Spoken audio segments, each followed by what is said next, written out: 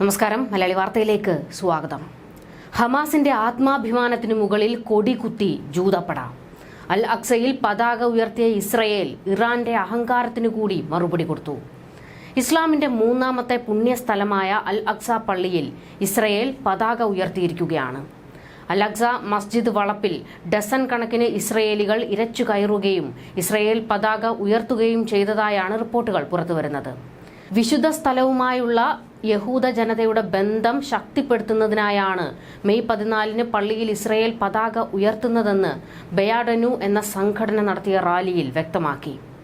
Israeli ടാങ്കുകളും ബുൾഡോസറുകളും കവചിത വാഹനങ്ങളും ജബലിയയിലെ പലായന മേഖലകളെയും അഭയാർത്ഥി കേന്ദ്രങ്ങളെയും വളഞ്ഞുകഴിഞ്ഞിരിക്കുകയാണ്.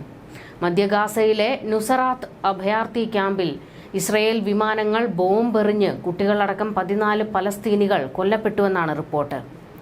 Rafale UN കാറിന് നേരെയും ഇസ്രയേൽ സേന വെടിയുതിർത്തു. ഏതാനും മണിക്കൂറുകൾക്കുള്ളിൽ പ്രദേശത്തുടനീളം ആരോഗ്യ സംവിധാനം തകരുമെന്ന് ഗാസയുടെ ആരോഗ്യ മന്ത്രാലയം മുന്നറിയിപ്പ് നൽകിയിട്ടുണ്ട്.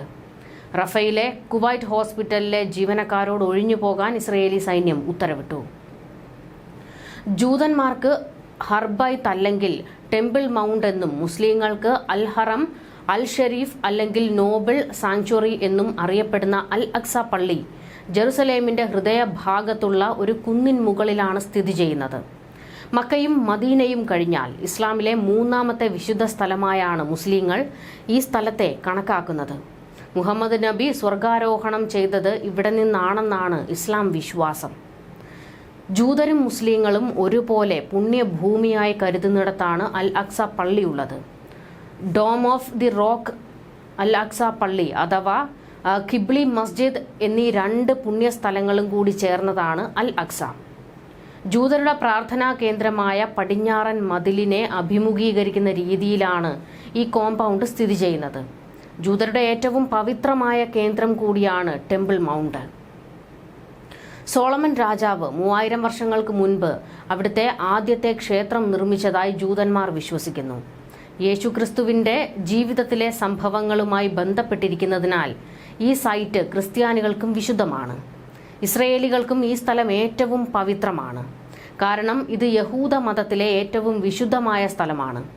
മുസ്ലിങ്ങൾക്കും ജൂതന്മാർക്കും ഒരുപോലെ പവിത്രമായതിനാൽ അൽ അക്സ പള്ളി ഇസ്രയേൽ പലസ്തീൻ സംഘർഷത്തിലെ ഏറ്റവും സെൻസിറ്റീവ് ഭാഗമാണ്.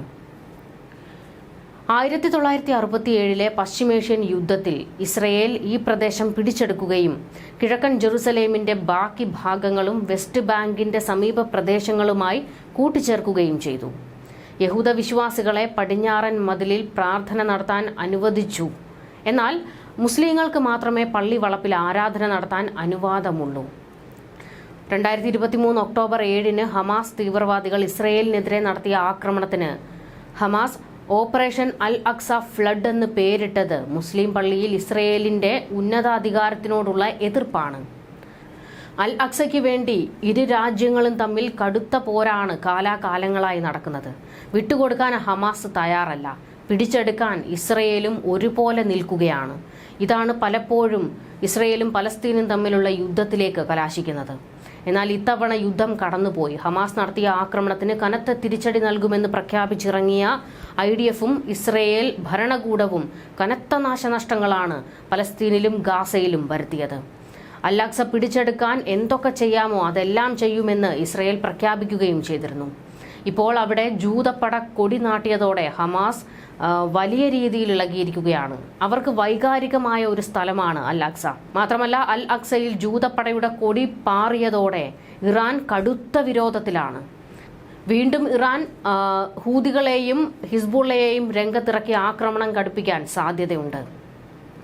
ശക്തമായ പോരാട്ടം ഇനിയും നടക്കും. കാരണം അൽ അക്സയിൽ കയറി കളിച്ചതോടെ വിടാൻ ഒരു തരത്തിലും ഹമാസ് തയ്യാറാകില്ല. ശക്തമായ പോരാട്ടം വീണ്ടും കാണേണ്ടി വരും. ഇനിയും എന്തൊക്കെ നാശം ഗാസയിൽ ഉണ്ടാകുമെന്നത് വലിയ ഭീതിയാണ് ലോകത്തിന് വരുത്തുന്നത്. ഇത് 2ാം നഗ്ബയെന്നാണ് ഇസ്രയേലിന്റെ ആക്രമണത്തെ ഹമാസ് വിശേഷിപ്പിച്ചത്. അറബിയിൽ ദുരന്തം എന്നർത്ഥം വരുന്ന നഗ്ബ 1948 അറബ് ഇസ്രയേൽ യുദ്ധത്തിൽ 7,60,000 പലസ്തീനികളുടെ കൂട്ട കുടിയൊഴിപ്പിക്കലിനെയാണ് സൂചിപ്പിക്കുന്നത്. നഗ്ബയ്ക്ക് മുമ്പ് പലസ്തീൻ ഒരു ബഹുവംശീയവും ബഹുസാംസ്കാരികവുമായ സമൂഹമായിരുന്നു. 1930കളിൽ യൂറോപ്പിലെ പീഡനങ്ങളെ തുടർന്നാണ് തങ്ങളുടെ വാഗ്ദത്ത ഭൂമിയിലേക്ക് ജൂതർ തിരിച്ചു വരുന്നത്. ഇതോടെ പലസ്തീനിൽ ഒരു ജൂതരാഷ്ട്രം സ്ഥാപിക്കാൻ ലക്ഷ്യമിട്ടുള്ള സയണിസ്റ്റ് പ്രസ്ഥാനത്തോടെ അറബികളും ജൂതന്മാരും തമ്മിലുള്ള സംഘർഷം രൂക്ഷമായി. 1948 പലസ്തീനിയൻ അറബികളിൽ ഭൂരിഭാഗവും സ്ഥിരമായി കുടിയൊഴിപ്പിക്കപ്പെട്ടു. ഇതിലേക്ക് നയിച്ചത് 1947 നവംബറിൽ UN ജനറൽ അസംബ്ലി പലസ്തീനെ ജൂതരാജ്യമെന്നും അറബ് രാജ്യമെന്നും 2 രാജ്യങ്ങളായി വിഭജിക്കുന്ന പ്രമേയം പാസാക്കിയാണ്. ഇത് അന്യായമാണെന്നും UN ചാർട്ടറിന്റെ ലംഘനമാണെന്നും വാദിച്ച് അറബ് ലോകം പദ്ധതി നിരസിച്ചു. 1948 ബ്രിട്ടീഷ് മാൻഡേറ്റ് അവസാനിക്കുകയും ബ്രിട്ടീഷ് സേനയുടെ വിടവാങ്ങൽ, ഇസ്രയേൽ രാഷ്ട്രത്തിന്റെ സ്വതന്ത്ര പ്രഖ്യാപനം, അയൽരാജ്യമായ അറബ് സൈന്യങ്ങളുടെ പ്രവേശനം എന്നിവയോടെ സ്ഥിതിഗതികൾ ഒരു സമ്പൂർണ്ണ യുദ്ധത്തിലേക്ക് നീങ്ങി. പുതുതായി സ്ഥാപിതമായ ഇസ്രയേലി സൈന്യം ഒരു വലിയ ആക്രമണം ആരംഭിച്ചു. അങ്ങനെയാണ് പലസ്തീൻ ജനസംഖ്യയുടെ പകുതിയിലധികം പേരും സ്ഥിരമായി കുടിയിറക്കപ്പെട്ടത്. വംശഹത്യയാണ് നടന്നതെന്ന് അന്നേ അറബ് രാഷ്ട്രങ്ങൾ വാദിച്ചു. ഇപ്പോൾ നടക്കുന്നതും വംശഹത്യയാണെന്നാണ് അറബ് രാജ്യങ്ങളും ഹമാസും പറയുന്നത്.